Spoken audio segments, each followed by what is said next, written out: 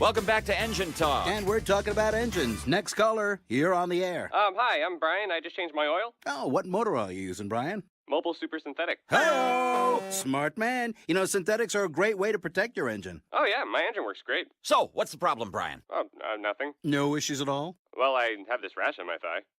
Wrong show, Brian. Mobile Super Synthetic, now at AutoZone for $3.99 a quart. Super protection, super price. Certain restrictions apply. See store for details. God bless the flag we all beating our chest. When it's peace, it's the same old game, the same old players, same old names. Right. My skin is my sin.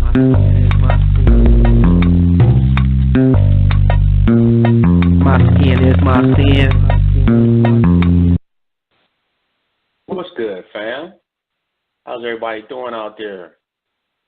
This Jobs, and you are tuned in to My Skin is My Sin on Blog Talk Radio. From goons to guys, we welcome everyone. And you know, we only have one request, and that's to be respectful. Just sitting here sipping on some coffee, kind of going through Facebook, waiting on AJ to show up. You know, late as usual. You know, I'm gonna have to dock your check this time, bro. And salute to everybody that's already in the event. You know, we got the event jumping off. We got the chat room jumping off. Just in case you wanted to have, make a comment or you had a question and you don't necessarily want to get on air. However, if you did want to call in and you wanted to say something, you simply call 347-855-8692 and you must press 1 to get on air. So holla at me. You know, we don't do anything much for the first 10, 15 minutes, but pretty much talk about randomness. And since I got the soapbox to myself for a moment, let me talk about this damn ape. Now, I forget the ape's name, you know, and I'm sure somebody will inform me of the ape's name, blase split, whatever. Okay, let's keep it a stack. I'm not one of those people that think that they did the wrong thing. No, you are not supposed to take a chance with a 3-year-old's life, period. You know, some people say, well, you could have tranquilized them. From my understanding, that tranquilizers don't have an immediate effect, and that could have just pissed the gorilla off just enough in just enough time to really do some harm to the young child. I find it interesting and damn right racist that even though a 3-year-old child fell into an exhibit in Cleveland, and there have been numerous cases over the years of somebody getting into exhibits, some people have even died, and at no point was anyone ever investigated or brought up on charges that I'm aware of. And now all of a sudden, you know, they're looking into the family. They didn't drug their names through the mud. They didn't put all this information on the kid's father about his criminal past. Despite all accounts that he was a great father, you know, that was not the focus of the reporting. It's just an absolute horrible situation. Don't get me wrong. However, I don't think that they handled it wrong as far as, unfortunately, having to kill the ape. And I see a lot of people that, especially early on, you know, a lot of sympathy for the ape and not much consideration to the child and the potential danger that the child was in. Despite how the video looks, it does look like the ape was, quote-unquote, protecting the child at points in the video. If that was my child, I would not want to take a second's chance. And that's just me. That's, you know, everybody's going to think different. Don't kill my inbox for my opinion, and don't talk about my mama. But it is what it is. That's just how I feel about the scenario. Oh, by the way, I got Golden State in 7 in the Epic series. Anybody want to know? I'm going to put that on record right now. So I got that on file if I need to bring that back up. And I'm trying to think.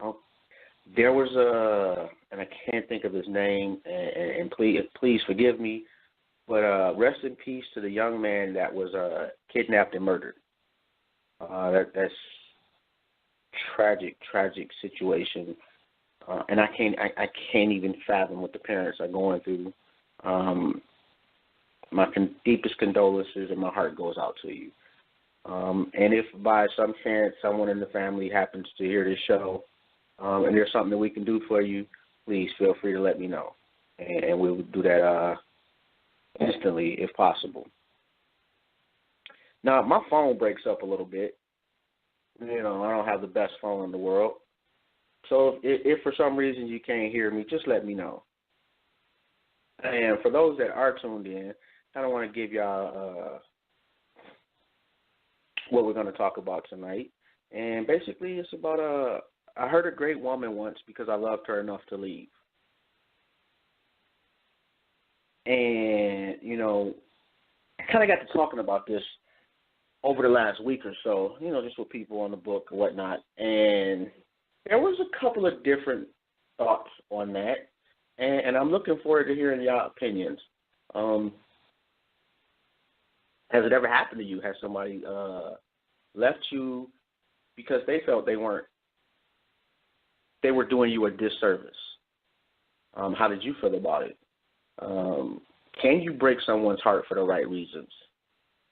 You know, and a big thing that I heard was you should have known going into the deal how you felt. And that's fair. You know, I'm not going to lie. You know, I got a little criticism, and it was fair criticism. I understand it. But you don't know a scenario truly until you're in that scenario. And you can have the best intentions or you could have the worst intentions and neither end up like you thought. And it was not as if, and I know I'm kind of jumping the gun or whatnot, but I don't know. I figure I've been running my mouth for about 10 minutes now anyway. And, you know, and I want to talk about heartbreak. I want to talk about loving someone. I want to talk about loving someone enough and loving yourself enough to know you aren't the person for them. And it may be physical, it may be mental, it may be spiritual, it may be that, you know, throughout the course of the relationship, you have changed to a point where you no longer fit the bill for that person. And you just could, sometimes you wake up and realize, I just ain't shit and I need to change. And unknowingly, the person that you are with facilitates your ain't shitness, if that makes sense. Because sometimes, and I'm, like I say, unknowingly, it's nothing that they necessarily did or overtly said, you know, like, oh, you can do this and you can do that and I don't care. No, sometimes for whatever reason, that person's personality brings out, or in your mind, I won't say it brings out, but in your mind, you know, it's like you got a justification and you blame them. They don't even know about it. It's nothing that they did. You know, it's so many different layers to it. And like I say, give me a call and let me know what you think. 347-855-8692. And let's jump into it right quick. So some years ago, I had a relationship that did not go well. It was a very, very toxic relationship. I was a very, very horrible person at that time, and the young lady that I was with, ditto. You know, we were an explosive relationship. You know, physically it was just, it was there. You know, outside of the bedroom, it was not. No ifs, ands, or buts about it. We should have never even met outside of sex. So after we broke up, I made a conscious decision to find somebody for the future. I wanted someone that I felt was a good mother. I wanted someone that I felt was a good person, that was supportive, that knew how to listen, and that countered my weaknesses. And I found her. And we dated, you know, and in my mind, I looked at her as the future and not the now. I basically wanted to put her in a packaging and save her for when my maturity level caught up to the relationship. And I loved her, don't get me wrong, but I was not faithful. And I did not realize, we had talked about some things early on, and I was extremely young at the time, and I kind of did tell her up front, I still want to kind of go out and enjoy life. I don't want to look up in 30, 40 years and blame you, and she was cool with that. I stopped short of being completely honest at that point because I knew she was such a great woman, and I didn't want to run her off. And that was my mistake initially, and I was extremely wrong for that. And I didn't look at it at the time. I thought that at the time that I was being completely honest and that she was cool with it. And looking back, like I said, there are some things I neglected to say during that conversation, so I was not being completely honest. But I was not the type of person that would I was discreet. Let's put it that way. And it's not like, she ever caught me or there was a situation where there was a strong suspicion until one night. And this is kind of when things changed for me mentally as far as recognizing the adverse effect that I was having on a really great woman. I called myself going to cheat with another young lady, and I decided to go over her house. So, and I do, and I've been drinking a little bit, and I went over her house, and we did absolutely nothing. I was literally there for about 10 minutes, 15 minutes tops. For whatever reason, when I got there, I just felt some type of way. It did not feel right. So I went and got back in my car, and then I woke up, and it was like 7 o'clock in the morning. I had spent the night away from home, and I had not, quote unquote, done anything physically. I did not, we always want to get technical sometimes, and we want to justify, well, I didn't really cheat because we didn't do anything. But my intentions were horrible initially. And I lied when I got home. And I said that I was over a friend's house. And I felt good about that lie. And I'm not going to lie. I felt good about that lie because in my mind, I'm like, I didn't do shit. I didn't cheat on her. I didn't even kiss old girl. I didn't hug old girl. I just went over her house with the intention to do those things. For whatever reason, like I say, I just didn't. And in my mind, I'm thinking, all of this shit that I done, the one time that my moral compass kicks in and I don't do anything, and I end up spending the night away from home. But that moment right there, and she understood it too. She actually, that was not a problem. It was not something that I normally had done.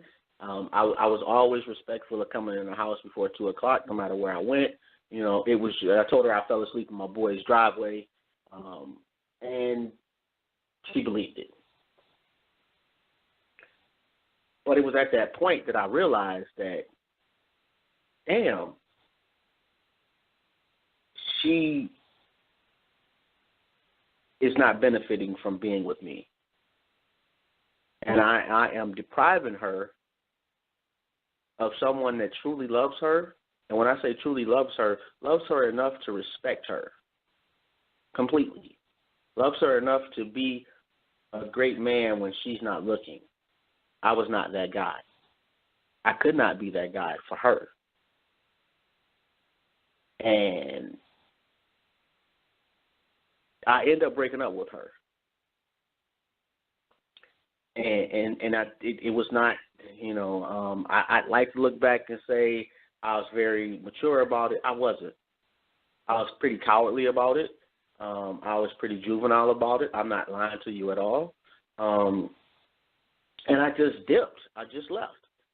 And it hurt her. And I know for a fact it hurt her because she told me. Years later, we talked about it, and she told me the depth of the hurt that I had caused her. And I apologized.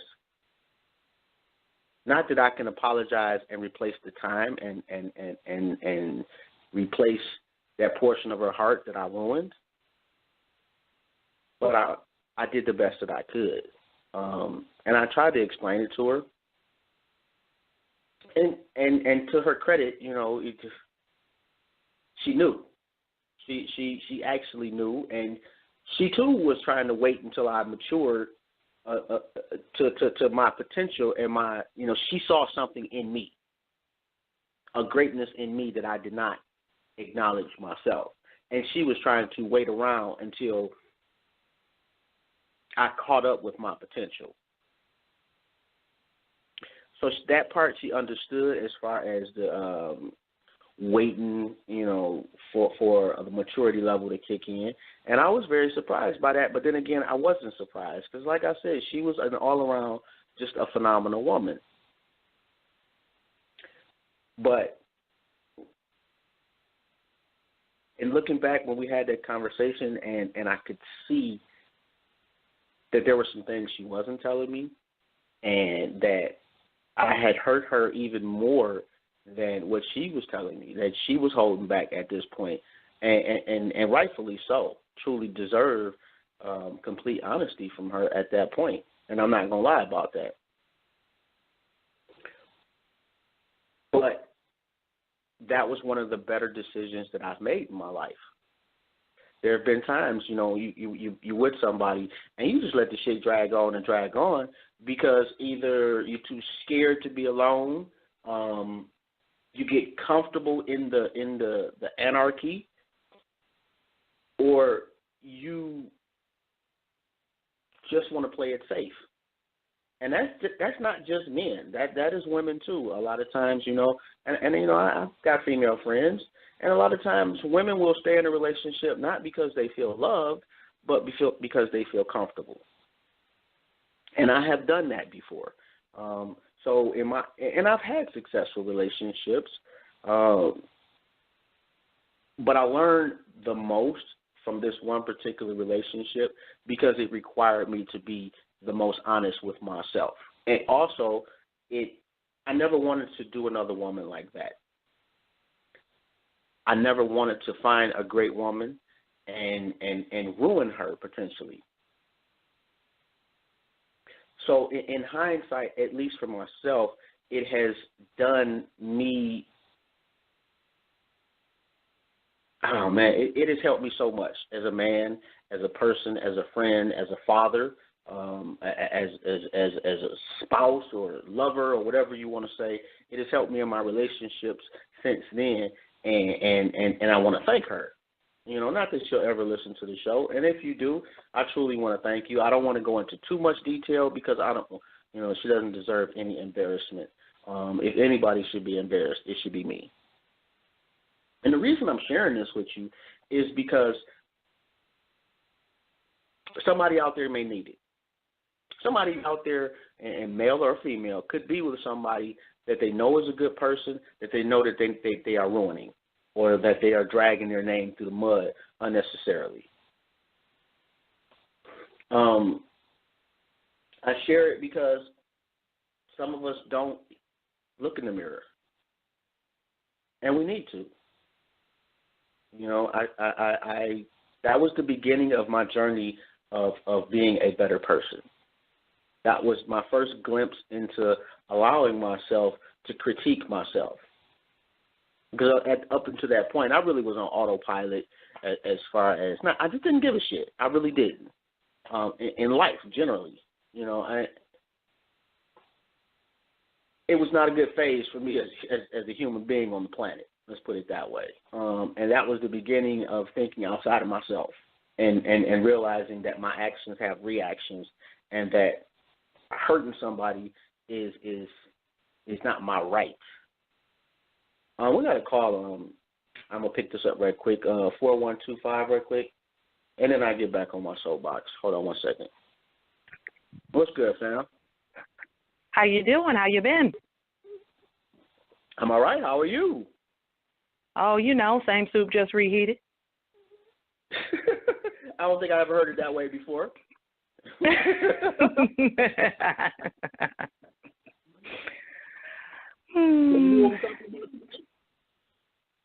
One more time, I couldn't hear you. I said, you know what we're talking about tonight? Yes, I do.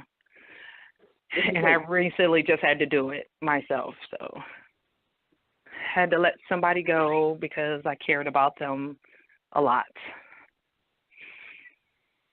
And so what was hard to do. got you to that conclusion? Because what my largest problem is, and I'm dealing with it now, is the fact that I was imposing my bad relationship onto the new one.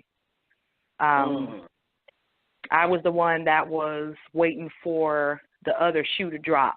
You know, something is, you know, like the old saying goes, if it's too good to be true, it probably is. That's what I was thinking. Right. And, you know, the guy was really, really nice. He was very caring, very patient. And his career was military also, and he traveled the world and stuff like that. And so, you know, with my thought processes, because of how badly I've been hurt, it was like, okay, well, how do I know he's not in Seoul, South Korea, in some brothel somewhere? Or how do I know that, you know, he's not the controlling type? Because for all intents and purposes in the military, it is about control, especially if you're not of higher rank. So it was like I was just waiting for something to go wrong. And because that was my issue and not his, I had to sit down with him and let him know, look, it's not about you. It's all about me. I need to get me together first. If you want to revisit the relationship, I'm very open to it. But until that happens, I'm not going to subject you to something that I have to deal with, and I'm not going to impose that upon you. And how did you take it? He was hurt. I mean, he was talking about we can work through it together, and, you know, if we need to go to counseling together, that's fine. But the problem here is well, now he's deployed. So it's like we can't deal with a situation like this if you're halfway around the world, you know. So I said, you know, he's been in the military for 19 years. His 20th year will be next year, and he'll retire. But, you know, at the same time, it was like, do I really want to be that one that, you know, was trying to get in contact with him constantly? Or, you know, if he doesn't call me, I'm thinking all this crap. Or, you know, plus I have a family of my own with my own kids, and he has his kids. And how was I going to deal with that dynamic when I've got my kids to worry about? You know, so it was a whole cyclone of things that was going on in my head that, like I said, I have to deal with, because there's a lot of shame going on. There was a lot of, you know, lack of expectation on my part, because, you know, I was trying to meet everyone's expectations except for one person, and that's me. So would it be fair to say that your quote-unquote baggage was an anchor for you emotionally? I think it was. I think it was an anchor. I think it was a crutch. I think that it was an excuse to pull out of something out of fear and apprehension. And there was a lot of shaming going on my part because of what was imposed on me in my past relationship. Wow. Let me ask you this, because I've seen a lot of memes and posts about how a man that truly loves a woman is supposed to deal with her baggage and help her get over that. What's like the expiration date on that? You know, how long, as the quote-unquote good person who comes across somebody that's been hurt in the past, how long do you know, like, is it 6 months? Is it a year? Is there a time, you know, like, before you start really doing yourself a disservice by being with that person? Well, you can't put a timetable on something like that. It depends on the individual. Some people can bounce back within a week or a month, and then it might take a person up to 6 months, maybe even a couple of years. It depends on what the person has gone through, the kind of psychological impact it had on that individual. And it also depends on the other half that's trying to make it work, because, you know, what the problem is in a lot of relationships that fall apart is the fact that, you know, we still have this convoluted happily ever after mentality instead of dealing with the reality. you know. Mm-hmm. The thing about it is a lot of times people don't want to put their stuff on the table for fear that that other person is going to deny them or going to reject them. So they have to put on this nice little facade like everything is okay until that person is in the relationship, and then little pieces of that baggage start coming out. So it depends on each individual. You can't really put a timetable on that. And, you know, what I realized is how emotionally selfish I was. Mm-hmm. Because I was only really truly, you know, in my mind, not just selfish, but my ego was way inflated. You know, clearly I felt like I was worthy enough of being able to not be respectful to her and her still wait. Like I was some type of prize. You know what I mean? Mm-hmm. And mm-hmm. like I said, it was painful to see the pain that I had caused her, you know, when we got a chance to actually talk about it like adults. And when I say like adults, I mean like me being an adult. And I did not realize how long it actually took her to really get over me. Mm-hmm. You know, the way she handled it at the time, I thought, you know, she was, you know, I knew she was a strong woman, the strongest woman I had met up until that point in my life. And you figure, you know what, she a G, she'll bounce back, you know, she'll find somebody that's good enough for her. I'm not that dude, and I'm going to go finish doing what I'm doing and let her live her life. Well, I did not even conceptualize how much she loved me. And I didn't find that out until some years later, and I did not want to be that guy to put her on the path that you were on, where she could not have a good relationship thereafter because I had ruined her. She didn't deserve that. Well, in this particular case, it's like what I teach in my empowerment groups with women and men and youth. And there are two types of quote-unquote selfishness. There's what I call the big S selfishness and the small s selfishness. Now, the big one is the one that's all about self, like what you described. Well, I'm worthy of this. I'm worthy. I could do this. I could do that. I could do the other thing. And you're not thinking about the individual. You're only thinking about self. Versus the small s for selfish, which means your importance and what you want and need in life is just as important and equal as the person that you are with. And that big S is more or less, like you said, the ego. It's all about me. You know, it's almost it's almost antisocial in a relationship sense. So you're not going to see what happened in front because you're thinking you're okay. And every little thing that she was pointing out to you, in your mind, oh, she's just nagging. Why is she getting so upset with me? I'm doing what I have to do. But in the end analysis, what you have found was you weren't doing what you had to do for her. You did for you, but not for her. So at that particular point, statistically speaking and percentage-wise, both men and women have been in the high percentages of thinking selfishly because it's no longer a relationship, it becomes relations. So that's where we have to have the distinction and where we have to draw the line at. Am I with somebody, you know, because I want them to enhance me and her and us, or am I with this person so I can constantly get my ego boosted, so I can honestly feel like, you know, I have someone under me? And that's a lot of times what's going on in these relationships today, especially with younger people. That makes complete sense right there. You know, that I didn't think about that like that. You know, wow. And again, you know, and I also want to hear from anybody out there, you know, what I could have done differently earlier, outside of, and I don't think, you know, to say, well, you could have just not even dealt with her. That sounds good, and it's not like I went into the situation thinking about hurting her. I didn't. You know, I went into the situation, you know, thinking about the future and thinking that we would make a good team. And had I been on my job, we would have made a great team. I just was not. And that's what you have to ask yourself. When you thought about your future, did you honestly think of the future of you? Did you honestly think of the future of us? And a lot of times when we get into these relationships, we're thinking about how the individual will make us feel, how the individual will make us look, how we are elevated to a higher social station and getting what's called social equity.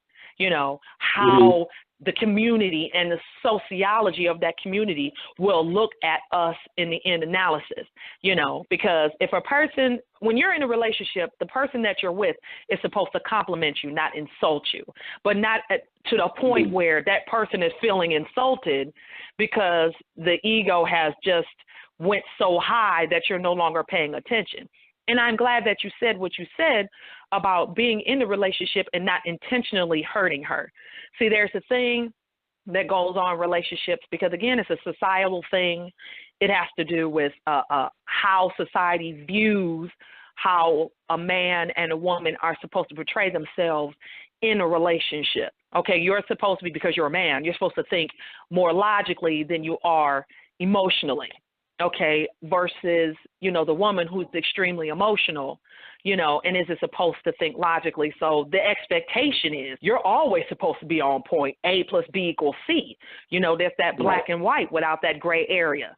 And because you didn't see that gray area, again, you didn't think, oh, well, you know, do I take her feelings into consideration? Do I take what she wanted to do with her life into consideration? 9 times out of 10, you're not thinking about that because you're too snowed into the ego boost, the attention grabbing, the you know, the need to feel like you're on top all the time. And I say this, and I'm gonna let you go, is that's what I went through with my oldest son because he's 21. Okay, and my son had his girlfriend, and it was all about him. She spent her life savings on my son. She always made sure that he ate. She laundered. She every time he felt upset, she was trying to comfort him. And then one day she just came to me and she was like, I just feel so tired and uncomfortable. And I said, why? And when she told me why, I was like, well, you've got to let that go because he has to stand on his 2 feet because that ego boosting turns into codependency. You see where I'm going with that?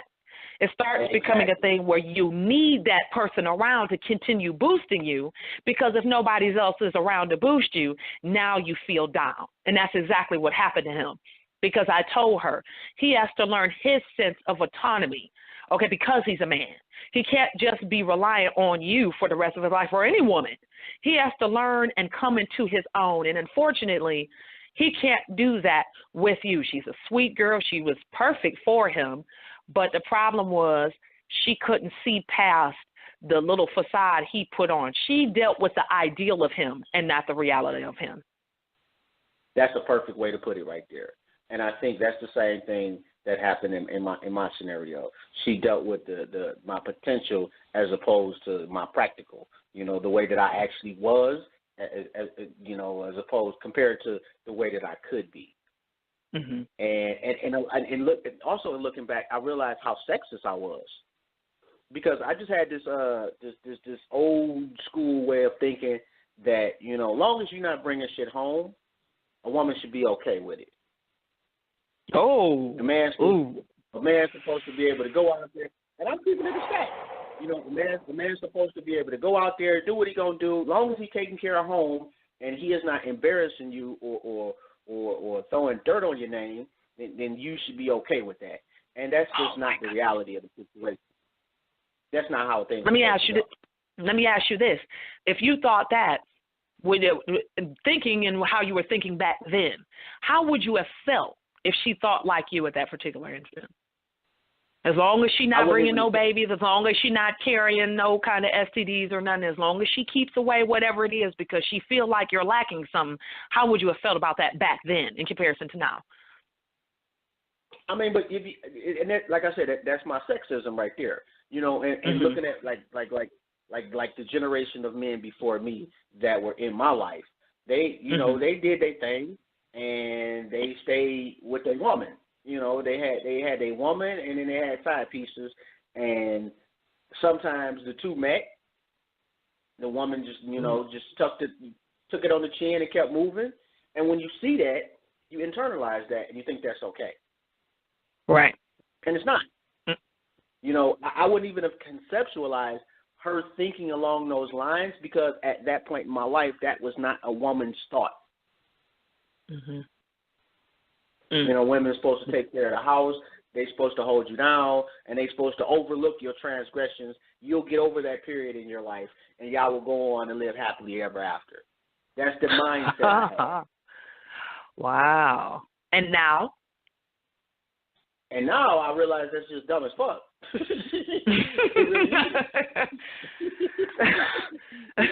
You know, I mean, it's always been there, is what people don't understand. It's always been there, and it goes beyond the gender role in the home. It is what was accepted in society during the Victorian age and even after the golden age of enlightenment. That is how it was supposed to be, because then it makes the woman look materialistic because, as you said, as long as he's taking care of home, as far as like providing and making sure the bills are paid and the kids are cared for, who is she to question what he's doing? But see, that's not a relationship then. That's no different from a person practicing fornicating polygamy. I mean, for me not to question what you're doing as long as my bills are paid, that doesn't sit well with me, because in my logic, I'm going to say, well, shucks, as long as I keep the house clean and keep the kids up, I'm about to go tippy-too. Shucks. You know, but, I mean, you know, I objectified her. You know, there's no ifs, ands about it. You know, I literally treated her like an antique toy that you put on the shelf, wow. You wrap it up, and when you're ready for the big payday, you unwrap it and take it off the shelf. And wow. because she, like I said, she was a great woman. And so I just wanted to put her on the stock, you know, put her on the shelf and wait until I was ready for the big payday. And I thought that was okay. Do you speak with We her got now? another caller. Oh, yeah. Okay, we got another caller, Queen. I'm not going to put you on hold or anything. I'm just going to bring them on the line. So we're going to get to 3743 right quick. What's good, fam? None. What's going on, bro? How you doing? Not much. What's going on with you? Don't laugh at me. I'm doing good. Good little topic you got tonight. Just wanted to call and wait. Well, I mean, you touched on a lot, and I know Queen spoke on a lot. She was hit it on the nail, but I don't understand. And you know, a lot of men had that mentality, and if they grow up that way to see that type of lifestyle, and you know, that was it. That was my lifestyle, because you know we're from the same city, and we were raised like that, to see that. You know, not in my family. My parents never did that I knew of. I'm not gonna say that, but around me, outside, that, you know, I had the relatives that had he took care of home, did whatever he wanted, went out on the weekend, had his side piece, and sometimes the women would call the house, but she never cared because he took care of home. You know, and it's to this day, it's still like that. Some people's mindset is still like that, and they like, oh, you're gonna be my wife or my girlfriend, and that, you know, and I've been a victim of that, and that had ruined me for a very long time. So, you know, I understand that because of what he did. You know, he tried to make me like that, where he can come home when he wants to, where he can, you know, and he was raised that way. The same thing. He had a relative. He had a family full of males that cheated all the time. There was not one that was married more than a year, a year or two, if that. You know, because they were all womenizers, and I just, you know, I wonder where did it all begin for them to even get that in their mind that it is okay to have more than one wife. I mean, side piece, rather.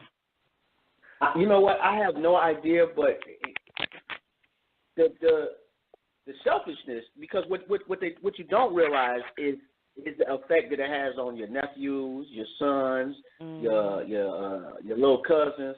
And even if you never say anything, it's always implied. First off, you don't snitch on Uncle so-and-so. You know, that's just what a man does.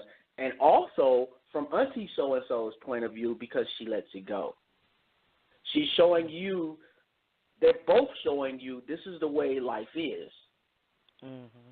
And what you don't see is her crying at 3 o'clock in the morning. You don't see the arguments that they have. You don't see the bad side. You just see Uncle So-and-so got chicks. That's the life. You know, he go home and get a cooked meal every night, and she don't say nothing, and he doing whatever he want to do. And it looks good on the surface to a young man. It's like a pimp lifestyle. And the flip side of that is those young men that live in that household that actually see the bad side of it. They internalize that as well, and I think it devalues their opinion of women. I mean, you know, I'm almost certain of that. Go ahead. And, I came from a side where, like, my parents, you know, people don't see the type, you know, because we're family oriented. My family, you know, my dad worked, he came home, and he got mocked for that. I remember my uncle cracking a joke, asking my dad, can he go out with him? My dad said, you ain't got to ask her nothing. I don't want to go, because he never wanted nobody to go say anything to his kids that he's doing wrong. So he never did that. He was always with my mother. And I saw that as a kid, but then I saw the flip side of what my aunt went through. But my reasoning is that I was because I had a child by this man, and I had a previous child. I couldn't. I was always taught that if you have a child, you're ruined. You know, at a young age. You know, nobody would really want you. In my mind, I thought that. Wow. So I think that's the reason why I stayed with him that long. And then he was good to my first daughter, and he helped raise her. So when I had her, you know, I want the family like my family. I want the holiday dinners, the Sunday dinners. You know, you know, we go out or we do stuff. That's how I was brought up. We did stuff together. We still do it. So that's what I wanted for my daughter. So I couldn't see anything else past that, and I stayed to the point I was miserable because I did that too. I did that too. It was horrible, you know. Yeah. But again, it goes back to what is portrayed in society, and there's even a historical perspective if we want to go deeper, because of the imposition of us trying to assimilate to what we think is the norm. Because if we look at it historically, pre-slavery times, it was that intergenerational familial communication. It wasn't a thing about, okay, well, so-and-so's here and so-and-so's here, you know, and we come over here, and then the social construct is, let's keep this front up, but we're going to do this stuff behind the scenes. And then, you know, the kids are supposed to keep their mouth shut, but as you both have said, you know, they internalize what they see and they hear, because the children are very resilient and they're very inquisitive. Just because they don't say anything back doesn't mean they don't know. So when we see that generational physical, emotional, mental, and spiritual abuse, everyone's like, well, where did it come from? How could this happen? When in actuality, it's always been there. You know, it's just a matter of the individual facing it. That's what the problem is nobody wants to face it because it's a black mark, whether it's in the family, whether it's in the self, or whether it's in the society. That's what the problem is. Right. That is true. I will say one thing that I did learn from that scenario early on was the visual that I was responsible for giving my daughters. And it was at that point that I realized, you know what, regardless of what I may actually do that they don't see, what they see is extremely important, and in that I made a point to not bring other women that were not. Like, you have to seriously earn the right to sit down with my daughters. Exactly. And I learned that from that relationship especially, is that my daughters should not see a man with a whole bunch of women, because they'll think a man that's the norm. Exactly. And see, mine does. He went and he didn't understand that. You don't bring around your. I mean, I'm talking about any child, but especially girls, that you don't bring every woman you laying up with around them and think they're worthy of their presence, because your child is supposed to be your little princesses. You don't want nothing what you did to their mother to fall on them, you know. So I don't want my child to ever meet no one like her father. I really don't. Wow. Because, and that's bad, because he used to be a great man. He went backwards. He was mature at a young age, and then when he got older, he became an adolescent. It's like the old saying goes, right. Once the man, twice the child. There you go. Yes, and whoa! I take exception to that old saying. No, and I held on for so long about a previous relationship. This is like my school sweetheart. I loved him to death. We never had sex, but I loved him, and he loved me. Well, I thought he loved me. And for him to say we was sweethearts, it hurt my feelings, because I had faith that even if we ever not go, and it's a long story why we broke up, but it was never him cheating ever. But I held on to that like I got faith because I had that kind of love. So I know one day I'm going to have love. That, and that just like blew my mind, like, whoa, and I'm like, I went through all of this because of you. But no, I didn't blame him for it. But I was like, because of the circumstances, what I went through with my daughter's father. But I don't want women to try to stay because they want to try to make a family. And I wish he'd have had the guts to just leave, because he was just trying to hold on, and kept coming around and getting mad because I didn't want to be bothered. Because I got to the point I was tired, and these are many years later because I held on like, okay, this was a great man. I know he's gonna come back. I'm gonna help you. I'm gonna help you get a business, because I'm business oriented. So he knew that, but he just didn't want it. He said he wanted. His mouth said it, but his actions wasn't. I'm trying to make you great because I see something great in you, but you don't want it. He don't see it in himself. That's the problem.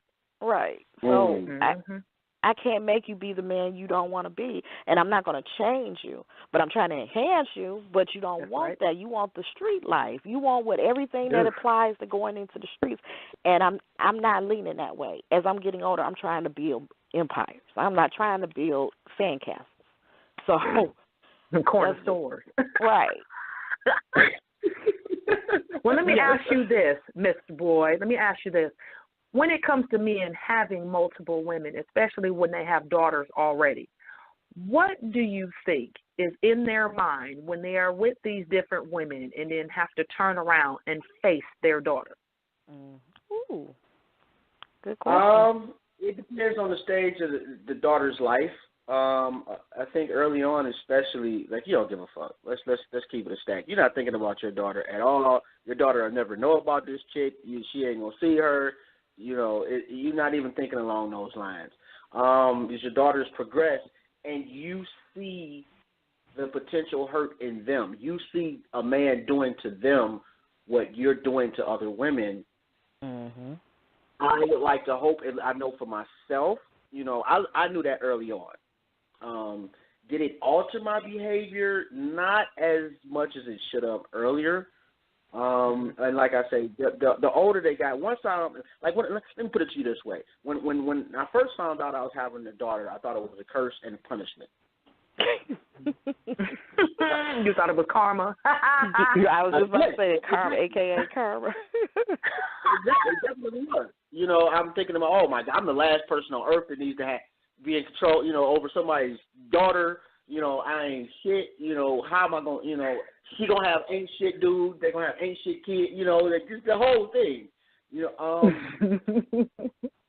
It's tough when you are not, because you tend to look at things from your historical perspective, and you see things. You see your daughter going through stuff, and I'm sorry, my dog is an idiot. But you see things that you did to women happening to your daughter, and when you see it, it's magnified because that's your baby girl. And the women that you have fucked over, that they were somebody's baby girl. There was somebody in a circle that they cried on their shoulder as a result of you.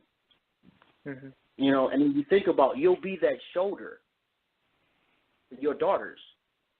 A man truly hurt them, you the one they're going to come to. And when that happens, how you going to feel knowing that you that guy? Exactly. For somebody else's daughter. So I think, as they mature And the closer they get to, when you can start visualizing them having a date, I think that's when it kind of sinks in, at least for those of us that it's going to sink in for. Hold on one second. Y'all got to excuse me. I got to shut these dogs up.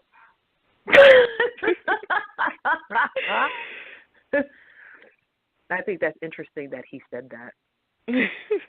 Because a lot of men don't think that way. Not at all. No. My daughter is currently going through, she's starting to get into boys, and she met a boy that's like her daddy. And my daughter's never been in trouble. I text him to talk to her, like, okay, she got to get into boys. He didn't call her back. He didn't call her back for 2 weeks, and then he only interested because now it's her birthday and you want to showboat for her birthday when you need to be there emotionally with her. It's not even about the money, but it gets me mad when you can't even call her and talk about what's going on in her life. You don't even know what's her favorite color. Right. I mean, it's true, because I'm going through it with my daughter's half sister. I mean, she done blasted everybody in her life over this one dude. I mean, she arguing with her half sister, my daughter, to the point where she got her friends going into it, even twisted it like my daughter is a thought and she's nasty and she's this, that. But then when my daughter, because she like me, she like, well, if you got all this mouth, why don't you say it to my face? And she tries to duck and dodge her and all this other crap over this dude. I mean, she puts stuff on Facebook. She got a picture of herself in the mirror with him, and he got his arm around her chest, and they laying in the bed together, and she took a picture of that and put that on Instagram. They was on freaking in a beach, and he has no shirt on, and she got on a bikini, and she's only 15. And I'm saying to myself, okay, why are we doing this? You want to call my daughter that? But my daughter's 100% tomboy. She's big shirt, big joggers, and Air Force One. This one over here, she gets her phone. She got to take every angle of her face. She did a fashion show wearing this African garb, and her so-called boyfriend said, take it down. You're showing too much skin, blah, blah, blah. He's being controlling already, and he's 15. And I'm like, what the hell is going on here? But going back to the father, when I tried to discuss this with him about his two daughters, I don't have time for that. That's teenage BS. And I was like, well, let's look at it this way. I don't know if y'all remember, but about a month ago or so, the story that hit the news about that girl who got jumped over a boy and her head was cracked on the sink and she died. That was over a boy. Over a boy. And where is all this, where are the parents at? Where are the administrators at? Where are the teachers at? Where's law enforcement at? I don't care if it happened, they stepped in a couple of days later. The point here is it should have happened at that moment. And that's what I try to tell my children's father. It's not a question of it being, girls will be girls, boys will be boys. That shit happened 20, 30 years ago. We talk about kids that will annihilate you and will wipe you off the face of the earth, and they're not even hitting puberty. That's where the freaking parents. It's a mob of them jumping on one person. I'm saying though, and I'm like, well, where is everybody at? My dad my dad had 3 girls. My daddy sat up there all night and talked to us about men, and he said he used to be one of them no good men before he got married. He'd tell you everything a man did, and that's why I probably to this day it have more, and Joe, I have more male friends because I've been around my I was the youngest daughter, so he was home during the day because he worked nights with me and before my mother went back to work. So I got more of my influence of my father in me. So, but he sat there all night talking about men to us all night long. You don't have too many men that do that. My dad will tell you everything. He go graphic. He don't hold nothing back, So, but they don't have that, they don't want to hear. My dad, I cracked the joke. I said, my dad was so deep into us. My mother made my dad do everything. He took us to go get us fitted for our first bras, stuff like that, and talk to us about boys and puberty and stuff. You don't get men like that, and I don't expect him to do that. But when I'm telling you she's into boys, and one that's almost like you, you think it'll be your cue to talk to her. Just this time. Well, you know what? No, but that means that he has to look in the mirror. And he needs to. Well, it's easier on the outside looking in to say that. You have to get to that point yourself, though. You know, and that's just the biggest fear a man has is his daughter being that thought, the hood hole. You know, you walk into a strip club and you look on stage and it's baby girl. Your daughter. You know, that's like one of the biggest fears a man who has daughters has, and that's from day one. She slides out the womb. You know, any man that gives any crap, you know, is like, oh my God, I don't want my daughter to be that chick. But that comes with, you know, that's a huge responsibility, and you have the ability to minimize that possibility as much as possible, but it's up to you. And it's not only in what you say, more importantly, it's what you do. And sometimes when we realize that, it may be too late. You know, because it's not. If you, and then this is just my 2 cents on it, and we got another call I'm going to take in a minute, 2492, so don't go nowhere. But this is just my thing on it, is that certain talks that, you know, I hear people saying, well, you should have this talk and this type of, certain talks you don't necessarily need because you've given them the roadmap. You know, it's almost like I see all these guys, it's, you know, prime time, you see all these fathers with these guns and shit next to their daughter. That to me shows that you are insecure about the job you did as a father. You are proving to your daughter, I'm not so sure I gave you the right roadmap that you would choose a respectable guy.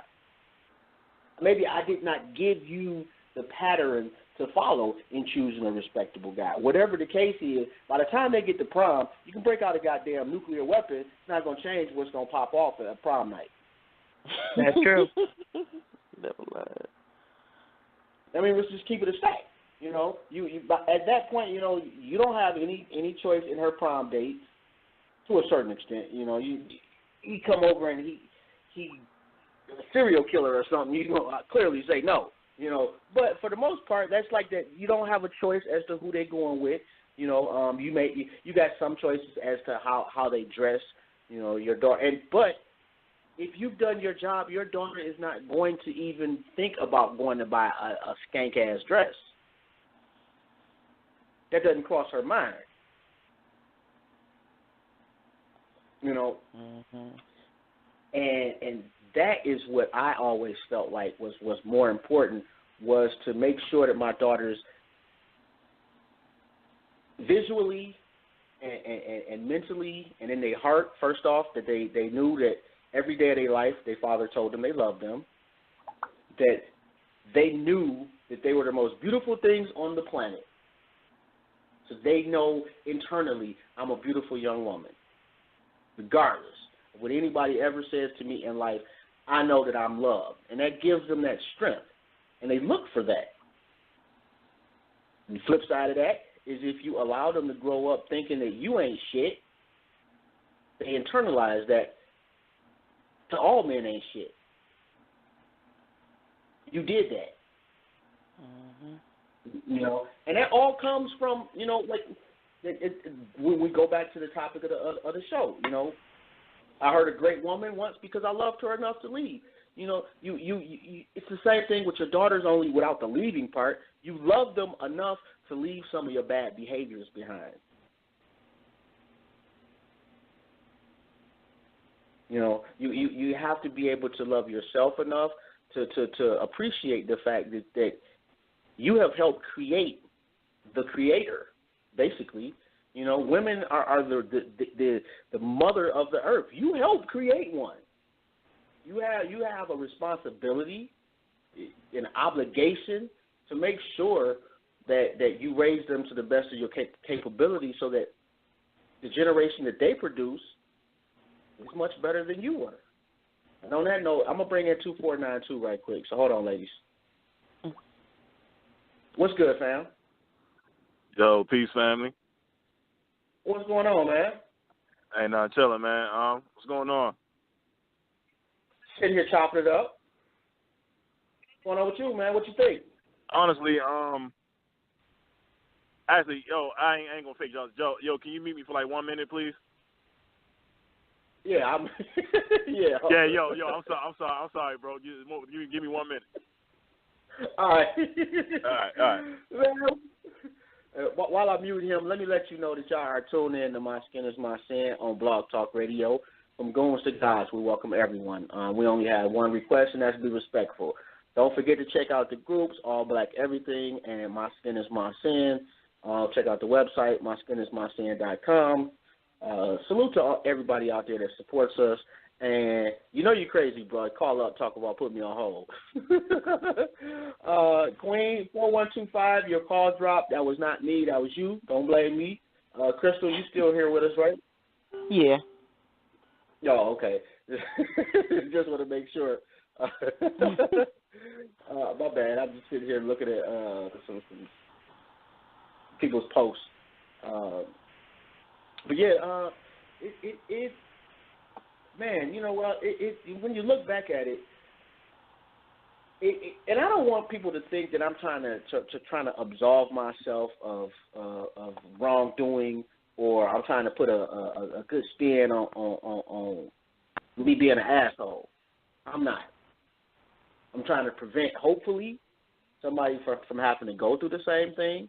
I'm trying to there may be young gentlemen out there, young woman out there that potentially that knows and is just not 100% sure, and maybe this will help them decide, you know what, I need to get myself together before I really hurt somebody. And I don't mean physically hurt somebody, because those scars leave. You know, mental scars are they can be such an anchor on a life. You know, a really bad relationship and somebody who is not capable of really assessing that bad relationship and getting over it, you could potentially ruin almost every relationship they have thereafter. You know, right. Similar to what your baby father did, you know. And not saying that every relationship you've had thereafter, but it takes a while to get over that shit. It takes a while to build up the ability to trust. Or if you want to have another relationship after that one. Right. You know, and it makes you not want to. You want to have time to heal, but then you might look forward to a relationship, but you don't trust nobody. And I was never a person that didn't trust anybody. And I actually trust him too much. Yeah, you can go watch the game. You know, you didn't have to ask me. You know, you go and watch the game. Okay, I didn't think nothing of it. You know, or what you doing, calling you, checking on you. I was never that person. You know, but you made me into a person that I didn't want to be. So now I think somebody got an angle every time I talk to them. You know, besides, you know, a particular person I talk to that I've known all my life, yeah, I'm used to that. But, you know, outside of that, somebody come at me, I'll be looking at them sideways. Like, what you mean? You know. Let me get 2492 back on the line right quick. Okay. And I'm reading in the chat room, Deeper Than Oceans, I guess y'all don't have proms over there in England. That sucks. I just had to point that out. We'll get to 2492 right quick. All right, man, you ready? Yeah, I'm good, family. Yeah, my fault, bro. I was thinking about doing up in track practice, man. Yeah, so you know, I had to get a few minutes in with the coach. I hope it was good. A good conversation. Yeah. My apologies, man. Salute to the Queens too, man. Salute to both of y'all, man. Yo, where my man at, yo? I don't know, man. I have no idea. I talked to him about 6:30, so I'm not sure. Okay, I'm gonna have to hit his line. But anyway, so we talking about hurting a great woman. Yep. That's the topic, right? Yes, right, sir. So, I don't even really mean to brag. I mean, it's nothing to brag on, but I don't know. Y'all got a lot of expertise in this field, so unfortunately, you know what I mean. I ain't brag. I'm not bragging. I ain't proud of it. You know what I mean. But I'm gonna keep it. We family. I'm gonna keep it a rat. All right, let's go. Let's go. Me, honestly, my story, I don't even know how to start it, man. Like, I don't know. I don't even know what the. So I'm gonna start with me. Any relationship I ever been in, I hurt. You know what I mean? I've heard it. I mean, the last what was the last show we were talking about relationships? I can't remember the topic, but I think it was toxic me, relationships. Toxic relationships, absolutely right. So, and we spoke about broken people going into new relationships. That was the topic of discussion. That was me. So when I say that I've been in relationships and I've heard just about every woman I've ever been with, until now, I'm in a new relationship, and I'm good. I'm secure now. You know what I mean? But that's with a lot of growth, a lot of self-analyzation. You know what I mean? Going into that.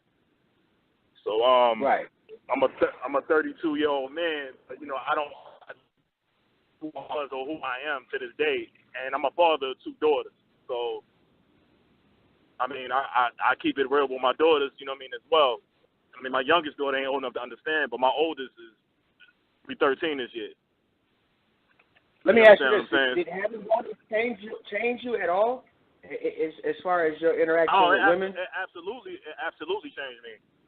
And honestly, yo, I and you gonna laugh, but I believe it. I used to date this girl in high school, man. And like I think she cursed me for real.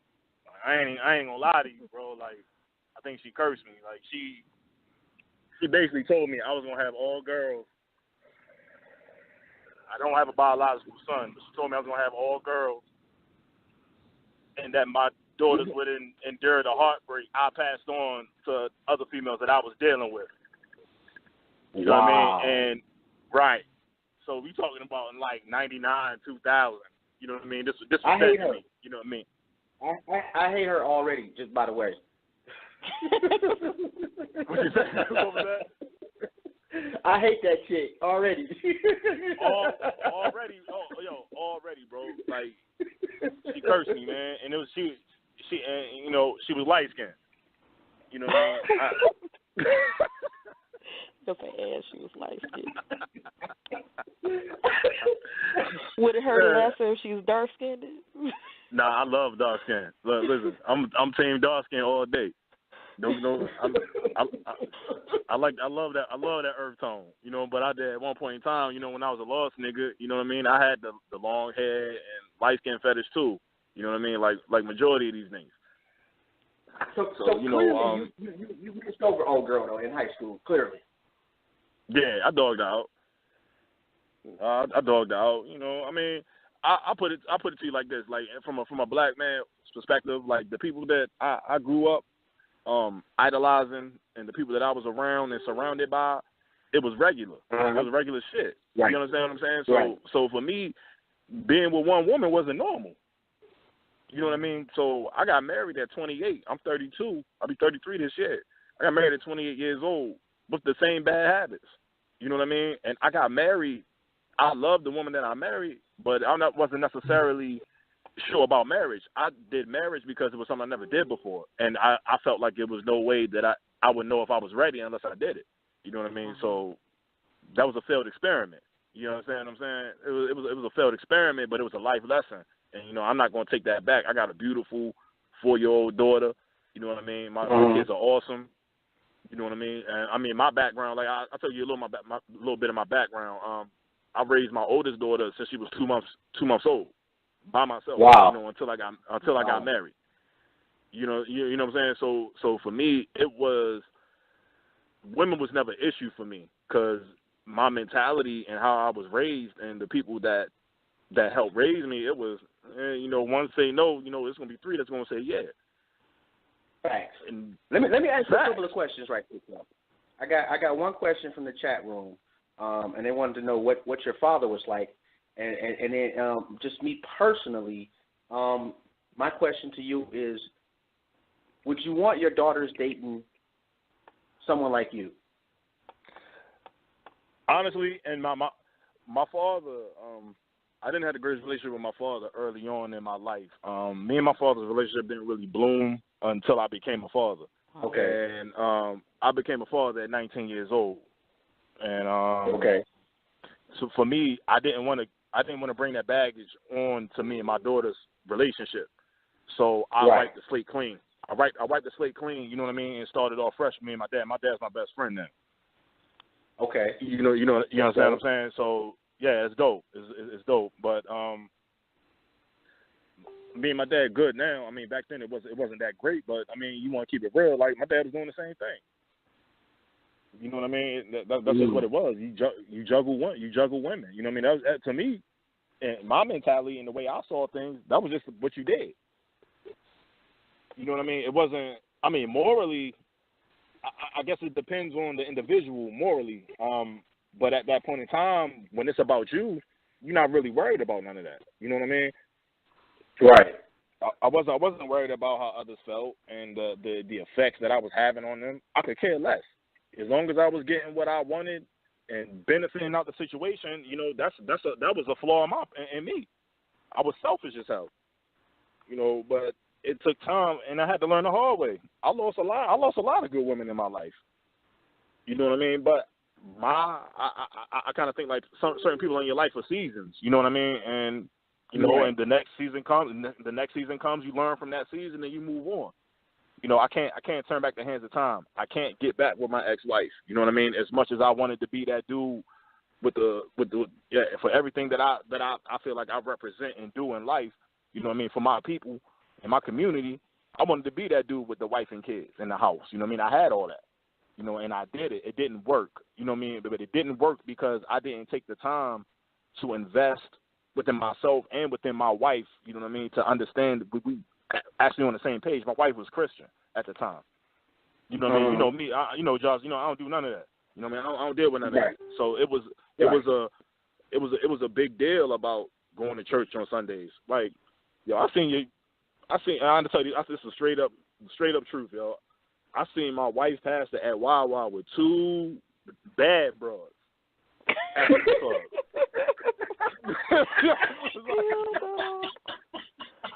I hand up to the man, yo. I do security, you know what I mean? So I was bouncing at a particular club one night. The night I went to go to Wawa, which is basically like a I don't know what I got out there in the Midwest, but it's basically like a late night gas spot, but they food real good.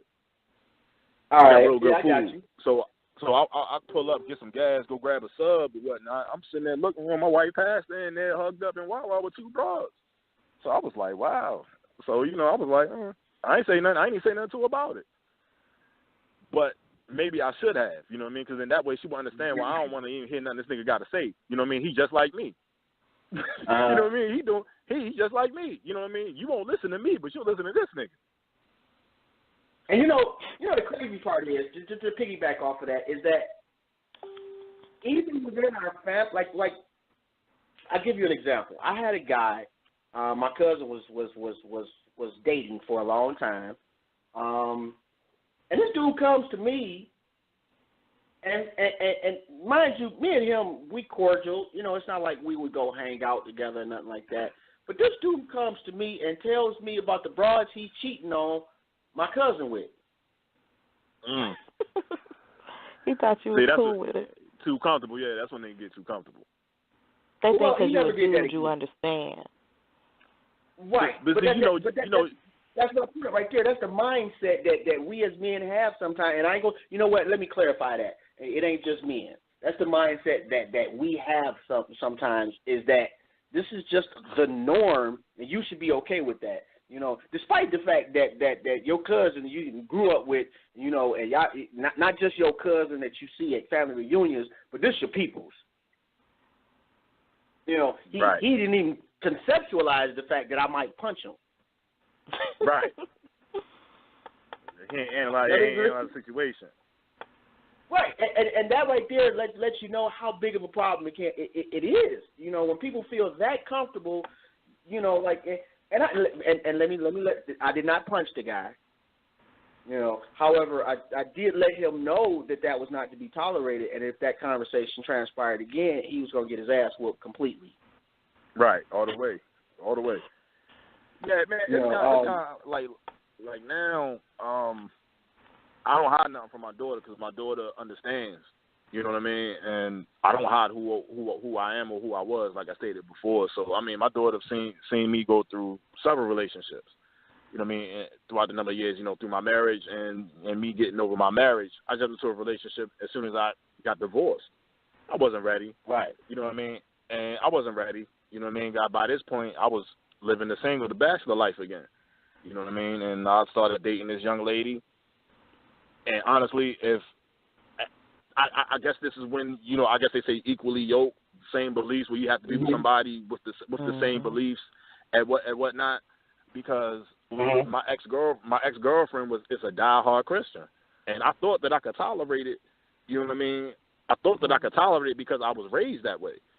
But with every fact that I debunked and every myth that I debunked, you know what I mean, to this day, I can't get with it. You know what I mean? I can't do it. I just can't. I can't stomach it. I can't do it. Like it's not going to happen. Now I got a question for you with your daughter. Every relationship did you get in? I got actually two. Every relationship you got into, did you bring your daughter around it? My daughter's always around me. My daughter lived with me, so I get that, but I mean because people. I know a guy that I dated that had a son. He never brought his son around me, and he stayed with him. So. Sometimes you don't, even though you might be dating different women, you don't bring them around your child because it might impact your child, especially a girl. Facts. You know what I mean? It was a waiting game. So I would usually do like 4 or 5 months and fill them out, and if I knew I was going to have them around for a little bit, then I would introduce them to my daughters. You know what I mean? Okay. And, it's a waiting game. At least a 90-day rule, man. You know what I mean? Before you actually fill somebody out. And actually, I would recommend 6 months. I wouldn't recommend that. I'd recommend a year. My daughter my daughter didn't meet my fiance till we was engaged a year later. That's dope. I'm real funny. My daughter could not tell. My daughter couldn't even tell you how many guys I dated. And I dated a lot of guys back in the day, but she never saw them. Yeah, that's dope. I would not do that. I disagree completely, and no disrespect, but I think that before you agree to marry somebody, you should feel confident in their interactions with your children. I brought them after a year, but then we got engaged. That's what I'm saying. It was a year before she even met him, because in 90 days, you can't read nobody in 90 days. Sometimes you can't read them in a year. People will change, quick. And you be like, I didn't know. Yeah, you didn't wait around for the signs because you was looking at the booty and trying to get in the bed before you got to know what was in her head. I mean, I still think I'm old fashioned. I like to pick a man's brain. I want to see if he want to hold a conversation and talk to him not just for 90 days because see, you might be running game on me. So, and that's the Richard Rice coming out of me. So I need to know where your head is at. So I got to get more time to think. You can't just run the okey doke on me. So and I'm not suspicious of you but I'm just trying to get to know you. I'm interviewing you, and I'm processing it. Right. But that's my beef with my daughter's father. Don't bring everybody you sleep with around your daughter just because you think you know them. You don't leave my child with them. Because I'm going to tell you why. I had my daughter at a young age. And my daughter's father left my daughter with a girl who hurt my daughter. I ended up getting kicked out of school trying to kill the girl. Right. Because you didn't like me. So you got to pay attention because there's women out there like that. They're crazy. Absolutely. But if he had got a chance to know the child, he'd have knew she was crazy. Right. Yeah, we could be for 4 hours. You know what I mean? You want to trade relationship stories. But I totally understand. Where you're coming from, sis. So it'd be a 4-hour show, you know what I mean? You want to talk relationship stories and crazy chicks. You know, I totally understand. It go both ways. Crazy chicks, crazy men. Absolutely. I like to get to know a guy. I want to know if you just running the game or if you got issues. And I teach my daughter that. Learn the person. Get to know them. You don't get to know them laying up with them because then everybody can lay. Right. I mean, you want to get past the representative. Yeah, you want to get past the representative. Right. Like love in my mind. How about that? You know what though? I will say that me and my ex, you know, with respect to our daughters, have had a phenomenal relationship with respect to our daughters. That's and I remember her, you know, basically it's the same thing, you know, early on. Like, well, you know, who got my babies, you know, and I had to politely inform her that we co-parent. You know, like, I don't need your approval.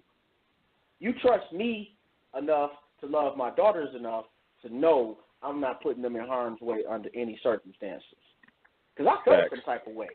Like I don't, you know, like I don't call you and give you permission for them to go back, you know, over somebody's head. You're not gonna do that to me. Mm-hmm. You know, but I didn't have that type of scenario either, and that's because you know, outside of her, they have met like 2 other women. So, like I said earlier, you know, you got to put in some serious work for me to even consider allowing you to sit at the table with my daughters. Exactly. That's what it's supposed to be. And you know, I just never wanted them to get that face of a man that was promiscuous and give them that thought process that's the norm. Because it's not necessarily. It doesn't have to be. It doesn't have to be their norm. You know, I want them to I want to be the guy that they look for in a husband, and I wanted to give them, you know, that template so that they wouldn't have any confusion or they could, you know, it's not going to prevent them from getting a broken heart. It's not.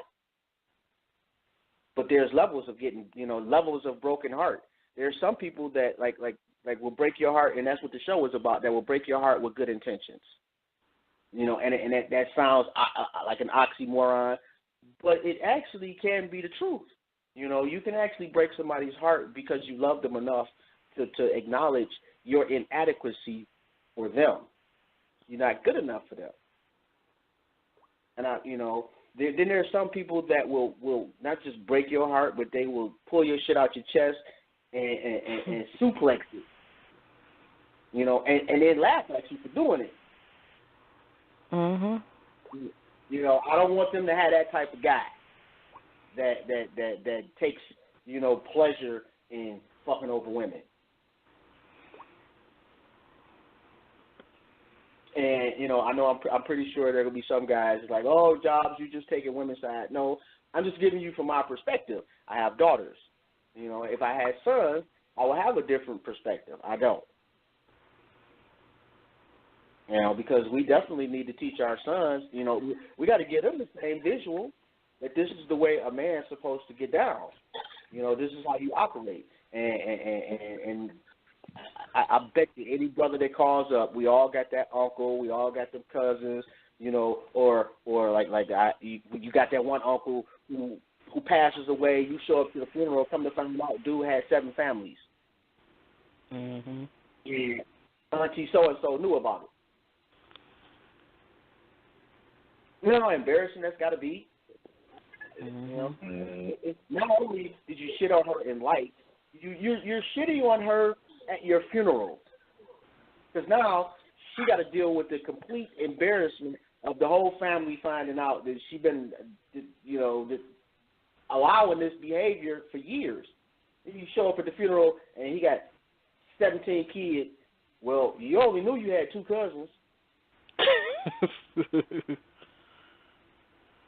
And half of them kids grown, and they know her.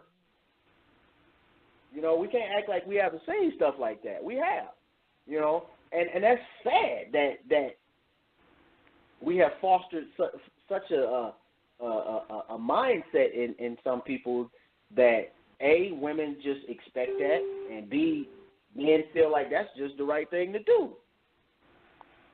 And I'm not talking about polygamy situations, because a polygamy situation is an adult conversation up front. You don't fall into polygamy, at least from my limited knowledge of it. You know, that's a decision y'all make going into the deal. You know, okay, I'm going to have 5 or 6 other sister wives and this dude. You know, you make that decision beforehand. You know, but to get in a relationship thinking it's just going to be me and you, and come to find out, well, he got 37 chicks on the side, or she got dudes on the side. I didn't know about that. That's unfair to them.